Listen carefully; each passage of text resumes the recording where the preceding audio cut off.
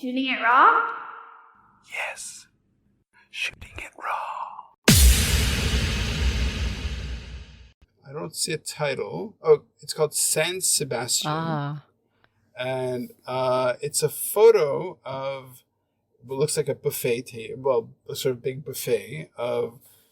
So it's in a bar of some sort, bar/restaurant. Mm-hmm. It's a big long counter that's black, could be granite, and on top of it are all these finger food style things. Let's see, there's also a big, massive cauldron, I guess, filled with ice and filled with balls of wine and stuff. There's one staff member might be pouring a beer, and behind there's bottles and bottles of hard liquor that looks like gin and whiskey. And so what is San Sebastian? Do tell. So that photo was from a tapas bar in San Sebastian, Okay. Spain. And again, from Okay. that trip where we went to the museum, the Balenciaga Museum, and where my daughter got her flamenco dress. And again, the last time I went to Europe. So basically pre-COVID, like, I don't know, Sure. do they still do that right now? Like have the food open there where people are just like, Right. I don't know, but it was great. And, we went basically tapas bar hopping. And for the first few ones, my kids were okay. But after, see, again, travel stories with kids, they were like, how many more are we going to go to? But so our friends who are from that area, they'd kind of said, when you're going to go into this tapas bar and you're going to see all this food, you're going to want to eat everything, but just take a few things because there are so many different ones. So, Right. we listened to their advice, we just try a little bit here and there and continue on. And yeah, it was great. Yeah. It was, it's interesting. We don't have that here. Sure. So it's nutty in that, again, I was looking at a photo that I had sent over to somebody. It's a photo of me in, we're traveling around in Bali, and we just happened to meet some guy who said, "Hey, you should come with me." We became good friends, and he invited us to join him for a bamboo wedding ceremony. And so just like, okay. And we went, and the orchestra was all in the bamboo forest, and they're all playing this amazing, like, percussive Balinese music. Wow. And there are hundreds of people dancing and all this stuff. And it's a sea of heads. And I'll just look at the image of how I was aware of the fact that this was like pre-COVID and people were just outside, no masks, just being whatever. And it's so funny that now you bring up this photo. There's one guy hidden by what looks to be like a beer on tap or something. All you see is the platter of food and the alcohol. And why don't you talk about the trauma of living through the pandemic? Oh boy. Geez, where do I start? I mean, we could go back to the beginning. Like, honestly, I really thought when we shut things down here they said 2 weeks, I really thought naively that it would be 2 weeks. But then when it just continued, it was tough, like I was not working. Like, so my regular job was shut down. The gyms, which is a huge part of my life, shut down. The restaurants, like all these things that I love. I love, going to the gym, seeing my gym friends, going to restaurants, dancing, like all of these things were stopped. And, my livelihood as well for a while. That being said, things start to reopen slightly and, we're very grateful for that. And as much as I complain when I reflect upon what other people are going through, I can't complain. Like it hasn't been that difficult. We're like my husband and I were lucky enough that, well, I mean, I do go see my customers, but if I had to, I would I could work at home to a certain extent. He's working at home. So we're not like those essential workers like in the hospitals and the teachers who are out there with our kids, educating our kids and being exposed to everything. So yeah. So how about your perception of your kids growing up in this context?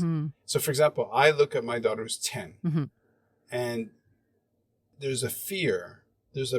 She's been conditioned for the past few years to just be fearful of being in public, fearful of crowds, fearful of just pathogens in the environment. What's your interpretation of how this is going to impact on your kids? Well, I would say for my son, who is an older teenager, he doesn't have that same fear that, say, my daughter Okay. has. My daughter's younger, Okay. and I am a germaphobe, so for sure some of that rubs off Okay. on at least her. Um, Mm-hmm. but so yeah, I think she does have more fear. And my husband and I recently, we've been kind of encouraging her, like, don't feel so stressed out. You're vaccinated. Most of your friends are vaccinated. If you catch it, well, hopefully it's not going to be much. But we're all Yeah. vaccinated. So Yeah. whereas my son lives a little freer than she does, but he's older. He can go out and kind of do what he wants. And Well, what's the age difference? Like 4 years, exactly 4 years. okay. Yeah. Photographs like of this scene in Spain of the tapas just kind of open to the Yeah, air. exactly. It's just like how can that I be? know, and do It's we like, go but back that's to that? I normal. don't know. But, yeah, I mean, we're hoping to go to Europe this summer if hopefully Oh, really? yeah, well, Okay. we hope that the travel restrictions in terms of, the testing to come back into Sure. Canada for the vaccinated at least will be lifted, so I thought there's a country that said, you know what? That's it. We're done. We're not. We're gonna open. It's open now. Was it I Portugal? Was it Spain? I What was think it? I think the UK is like that right now. I believe they've Oh, really? lifted We're just I like think they've lifted all really. their restrictions, if I'm not mistaken. Okay. I Okay. mean, Okay. hopefully we're going that route, Sure. but who knows? Who Hong knows? Kong is the opposite pole. Mhm, yeah, Asia is definitely more careful. Yeah. Yeah. Yeah. Yeah. Theresa Ho. The premise of the podcast is if life really is a gift, how do we make every second count? So going back to kind of rediscover this, like, so would you have considered yourself a business owner before you started doing the voice work, or have you always been kind of like entrepreneurial? How has that caused you to grow?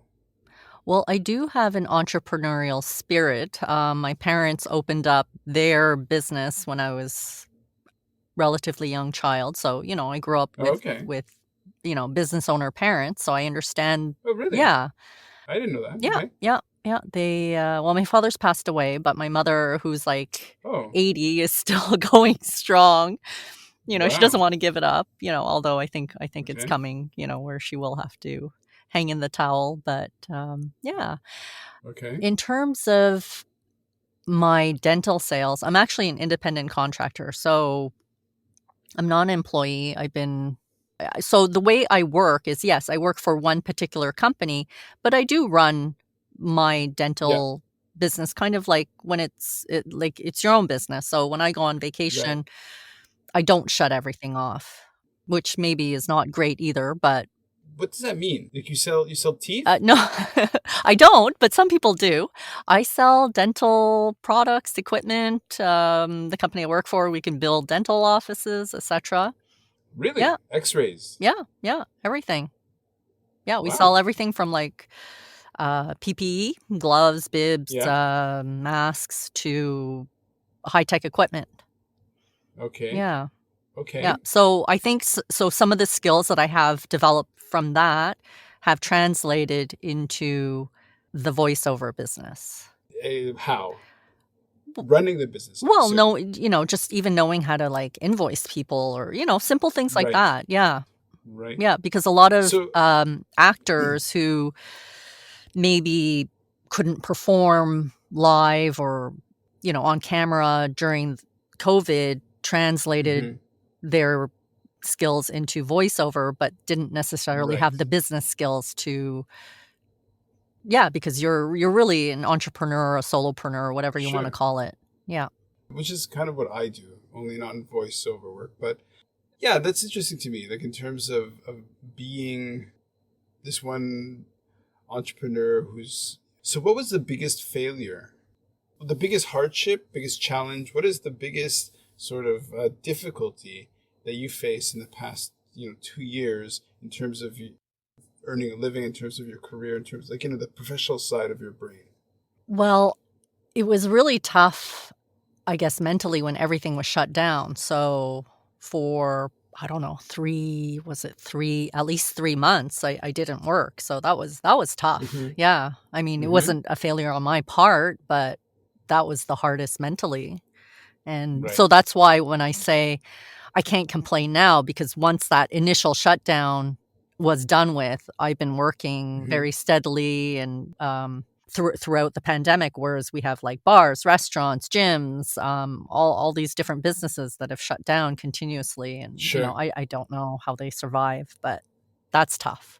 Yeah, well, my best friend runs a climbing gym in Toronto, and yeah, totally struggling. Yeah. Yeah, really, really hard. Yeah. Um, Theresa Ho, uh, it was really great to catch up. Yeah, it was wonderful. Thank you for inviting me. No, it's great. It's not only about having the super flashy guest, really, it's more of like I really love this idea that, the pandemic happens and it creates this kind of pressure onto how you live that forces you to invent yourself. Mm-hmm. And so you reinvented yourself, or you basically said, okay, well, I have no choice. Like, I have to do something.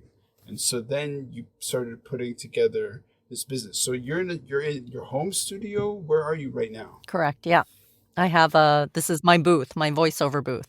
In the house. In my house, in my office. Wow. Yeah. Oh, it's a whole thing. Like, you have to have a home recording space. You have Yeah. to become basically an audio engineer of some sorts to Yeah. be able to Yeah. succeed. Yeah, because most of the stuff I do, I record on my own time, which is great, Mm-hmm. and I Mm-hmm. have to edit it so that it's broadcast ready. Amazing. Yeah.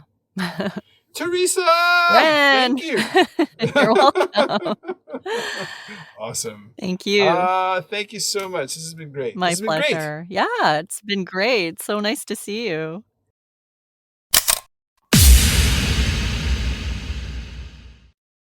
So, is life really a gift? Really? Can you make every second count? That's the whole point of the podcast. So, if you like what you've seen and you're inspired, because that really is my mission, then please give it a like, subscribe, and share. Shooting it raw? Yes, shooting it raw.